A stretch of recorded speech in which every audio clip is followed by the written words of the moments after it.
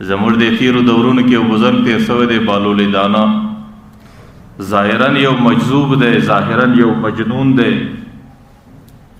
لیکن په باطن کې ډېر د حکمت ډک انسان تیر شوی دی چې د هغې خبرې به ډېرې د حکمت او ډېرې د دانایۍ ډکې خبرې وي. د متعلق په یو کتاب کې لیکلي دي چې ورځ پر یو لاره باندې را روان دی، که ګوري د کلي و مخته پر میدانه باندې یو څه ماشومان دي، هغوی په بازیو باندې اخته دي، یا په مردکو باندې بازی کی یا په بجلو باندې بازی کی، دغه وخت سره سم په هر شي باندې چې بازی کی. دی چې کله د دې ماشومانو سره تیریږي نو په څنګ کې یو بل ماشوم ناست دی، هغه معشوق ډېر پریشانه دی، د هغې پر مخ باندې ډېر د غم او د پریشانۍ اثار دي. د ده دا ګمان سو چې د دې سره دغه د بازیو اسباب نسته ورسره چې یا د بجلو یا د مردکو دي، نو په دې خاطر یې د نور بچان د ځانه سره په دې بازیو کې نه ګډوي. نو د ځانه سره دا فیصله وکړه چې د دې بچي لږ دادرسي به وکړم، د ده لږ مدد و تعاون به وکړم چې د ده دا پریشاني په خوشحالي باندې بدله سي. چې کله هغه بچي ته ورغلی نو د جو اوسه یو دوې درې هغه د بازیو چې کوم اسباب دي د مردکو د بیتو په شکل هغه ورته ونیوې، ورته یې بچی ستا سره شاید دا نه وي نو ځکه د دې بچیانو سره بازی نه. هغه بچي ته چې کله د دا خبره وکړه نو هغه بچي په ډېر حیرت باندې د تو کتل، ډېر حیرانتیا په شکل یې ورته یې بالول ستا څه خیال دی؟ تا د الله تعالی د آیات روسه در نظر نه دی تیر شوی چې الله تعالی د انسانانو ته افحسبتم انما خلقناکم عبثا وانکم الینا لا ترجعون، انسانانو ستاسو دا خیال دی چې ما تاسو عبث پیدا کړي یاست، زه په تاسو کې یو مقصد نه لرم، زه ستاسو په پیدا کېدلو کې یو غرض نه لرم، او ما تاسو د بازیو د لهو لعب دپاره پیدا کړي یاست، او ستاسو دا ګمان دی چې تاسو به برته ماته نه راځئ، زما سره به حساب و کتاب ماته نه پیش کوئ. ورته یې بالوله زه د بازۍ دپاره نه یم پیدا سوی، زه د کیلو مسخرو دپاره نه یم پیدا سوی، زما پیدایش الله تعالی د یو مقصد و غرض دپاره کړی دی، زه د هغه مقصد و د غرض په فکر کې غرق او مستغرق او پریشان یم.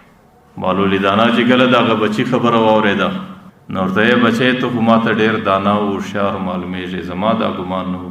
ورته یې بچی ماته لږ نصیحت وکړه، چونکې هغه لیونی مجذوب دی، د هر چا څه د نصیحت تلاش کوي. ورته یې بچی ماته یو څو د وعظو د نصیحت خبرې وکړه. هغه بچی یو څه اشعار ورته وایي، په هغه اشعارو کې هغوی دا ورته وایي چې مسافره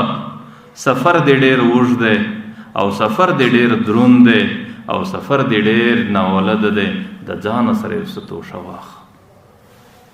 چې کله هغوی څه اشعار وویل نو بالول دانا د هغې اشعارو په اورېدلو باندې په ژړا سو.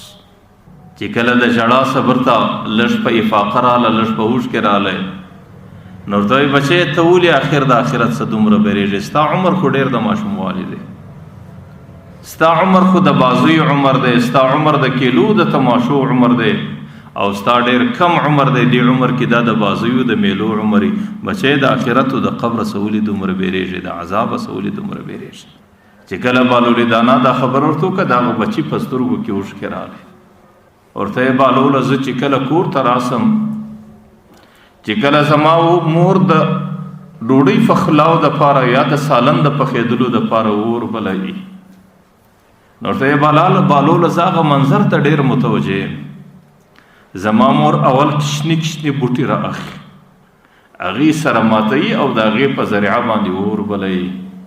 او چې کله اور لږ ګرم سي لږ تیز سي د هغې څه وروسته بیا لوی بوټي ورباندې پسې کوي.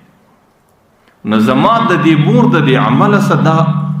منظر مخ ته راځي، زما سترګو ته دا منظر راځي چې زما رب خو د ګناهګارانو د سوځلو دپاره په قیامت کې اور بلوي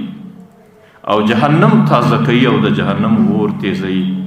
نو هسې نه چې زما رب اور بلوي او د هغې دپاره اولنی دا ماشومان راټول کړي او د دې ماشومان دا د جهنم پیلوزی سي چې په دې باندې اولنی اور بل سي، د هغې څه وروسته بیا لوی ګناهګاران جهنم ته ورچي. نو زما سره د دې خبرې فکر دی او زما سره د دې خبرې غم دی، نو د دې په خاطر باندې ما باندې دومره پریشانی ده او پر ما باندې دومره تکلیف دی، او زه داسې د پریشانۍ او د تکلیف په دورانیه کې زندگی تیروم. بالول دانا چې کله د هغې هغه خبره واورېدله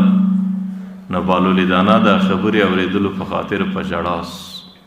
او د ژړا په ډیره دورانیه کې هغه باندې بېهوشي راله. بالول دانا وایي د بېهوشۍ څه چې ما سترګې راپورته کې هغه بچی پر خپله لار باندې تللی. نو چې کم چاته الله تعالی د آخرت فکر دماغ کې ورکړی، چې کم چاته الله تعالی په دې مزغو کې کامل عقل ورکړی، نو بیا هغه د دنیا زندگی د آخرت تیاری بولی. نو بیا هغې د دنیا په زندگی کې د ډېرو وړو وړو خبرو سره ډېر لوی لوی عبرتونه